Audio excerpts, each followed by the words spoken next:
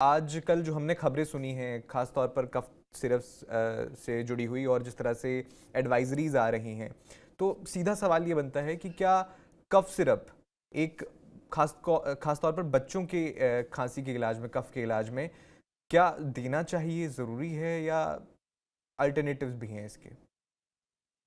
नहीं, अल्टरनेटिव क्या है कि उसमें बच्चा जो है खांसते खांसते अगर परेशान हो जाता है, दिक्कत होती है, तो उसमें लोकल एप्लीकेशन के लिए कफ सिरप दिया जाता है। तो लोकल एक्शन करता है, थोड़ा उसको आराम मिल जाता है और उसकी वजह से थोड़ा उसको रिलैक्स मिलता है। रिलैक्स होने पे बॉडी ऑटो इम्यून सिस्टम से ही उसको काउंटर करके ठीक करने की कोशिश करता है।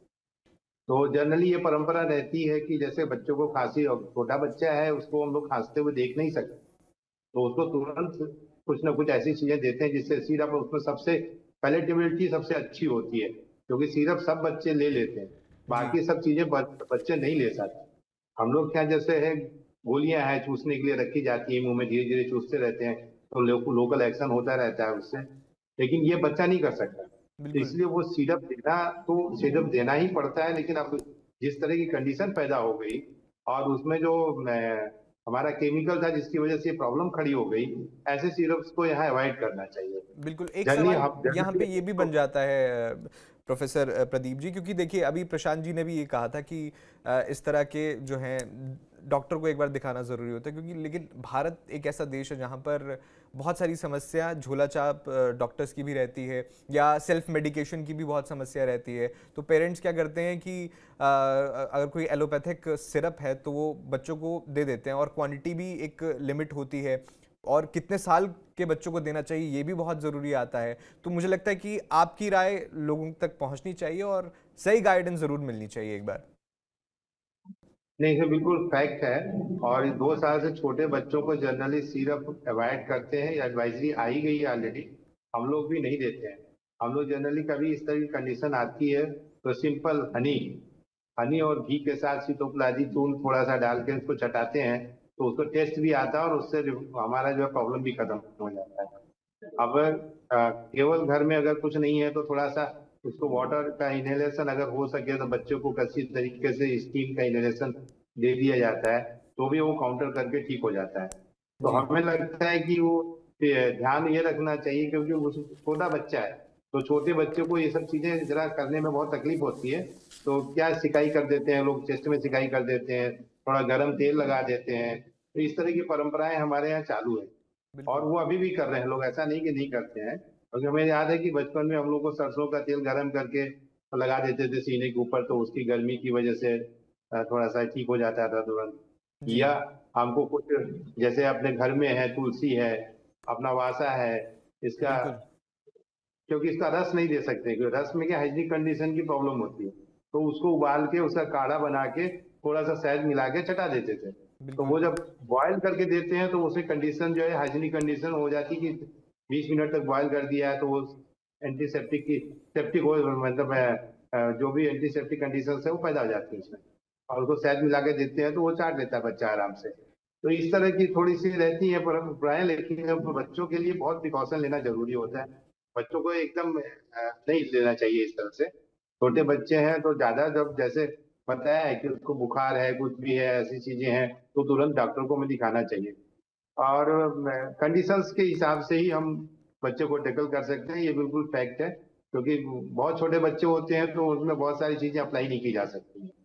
बिल्कुल, आपने घरेलू उपायों के बारे में बताया, जो मैं डॉक्टर प्रशांत के पास भी आना चाहूँगा, क्योंकि बाल चिकित्सा में अच्छा खासा अनुभव है आपके पास। तो घरेलू उपायों की प्रदीप जी ने बात की, लेकिन अगर हम एलोपैथिक जो सिरप होते हैं उनकी बजाय घर में, सर ने भी बताई कि किन किन चीज़ों का इस्तेमाल होना चाहिए, आयुर्वेदिक उपाय कौन कौन से हैं जो बच्चों की खांसी को ठीक कर सकते हैं? सर ने भी बताया, आप भी कुछ ऐड ऑन करना चाहें इसमें?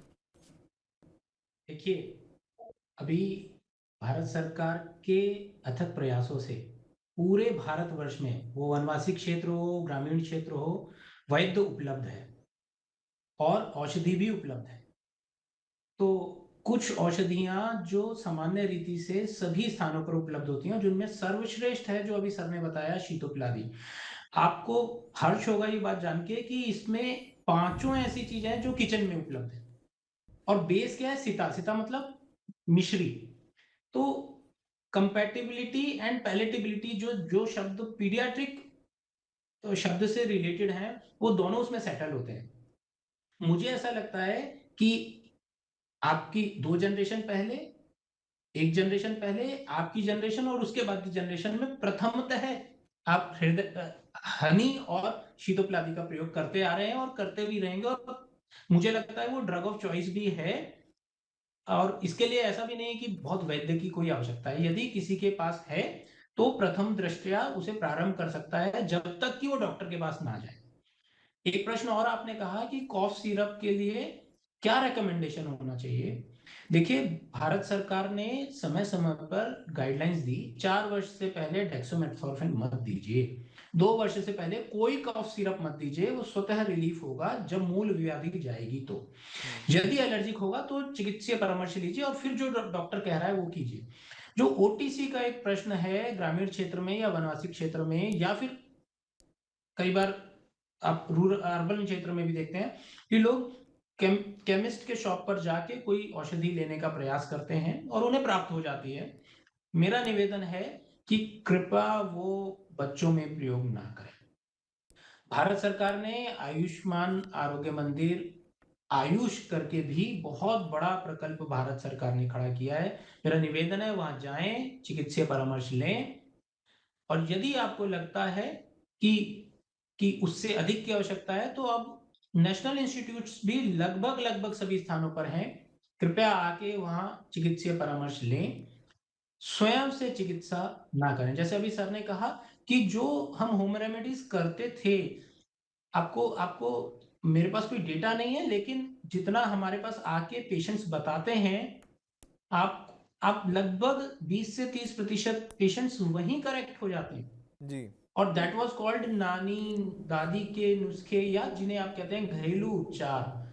उससे ओवरऑल वर्कलोड भी कम होता है इंस्टीट्यूशंस का। मैं ये नहीं कह रहा हूं कि जिसको आवश्यकता है वो भी ना आए, वो जरूर आए, लेकिन इनका प्रयोग किया जा सकता है। ये सरल है, सेफ है, हर्बल है, और आसानी से किचन में निशुल्क उपलब्ध है। एक बार और उनको डॉक्टर बनाने प्रशांत, की मैं ये भी चाहूंगा कि आप हमारे दर्शकों को ना देखिए, आजकल का ज़माना ना बहुत सिंपल एंड सटीक वाला हो गया, क्योंकि लोग चाहते हैं उन्हें तुरंत मिल जाए, ज़्यादा सोचना ना पड़े, दिमाग नहीं लगाना पड़े। तो मैं चाहूँगा आसान भाषा में, मान लीजिए कोई 6 साल से कम उम्र का बच्चा है, उसे खांसी जुकाम या कुछ ऐसा हो गया है, तो उससे उसके पेरेंट्स क्या कर सकते हैं ताकि डॉक्टर के पास ना जाना पड़े और ठीक हो जाए घर की चीजों से। देखिए, इस प्रश्न का, आधे प्रश्न का मैं उत्तर देता हूँ। डॉक्टर के पास ना जाना पड़े, ये मेरे हिसाब से ये एक ऐसी परिस्थिति जन्य प्रश्न है ये। जी। यदि माँ को लगता है बच्चा सही है, हम्म। दूध पी रहा है, भोजन कर रहा है, क्षणिक कभी कभी बीच में खांसी आ रही है, तो उसको होम रेमेडीज अटेम्प्ट कर सकता है।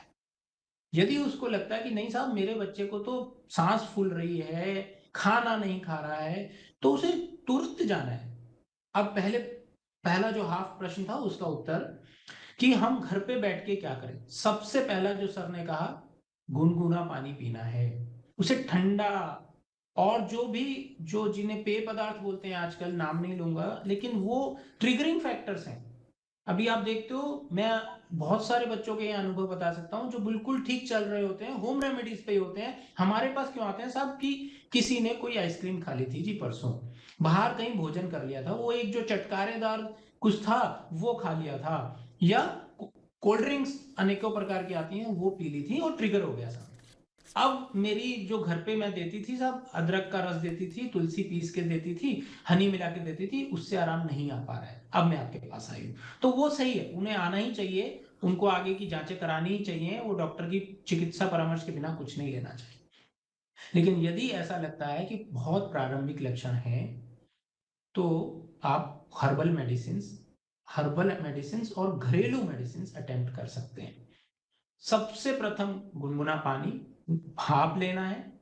भाप के बाद आप चाहें तो अदरक, तुलसी और हनी, शहद का एक मिश्रण बना के चटाना है। वो एक्चुअली कॉफ सिरप नहीं है, वो या कफ को सप्रेस नहीं कर रहा, वो थ्रोट इरिटेशन को सेटल करता है।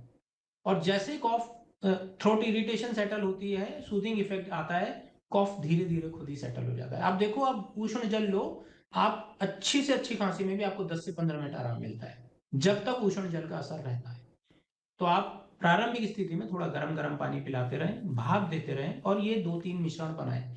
सभी के घर में शीतोपलादी उपलब्ध है, नहीं है तो वो बना भी सकते हैं। उसका एक बहुत सरल तरीका है, हमारी वेबसाइट्स पे भी उपलब्ध रहते हैं। आप उन्हें बनाइए, प्रयोग कीजिए, नहीं लगता है तुरंत आइए डॉक्टर के पास।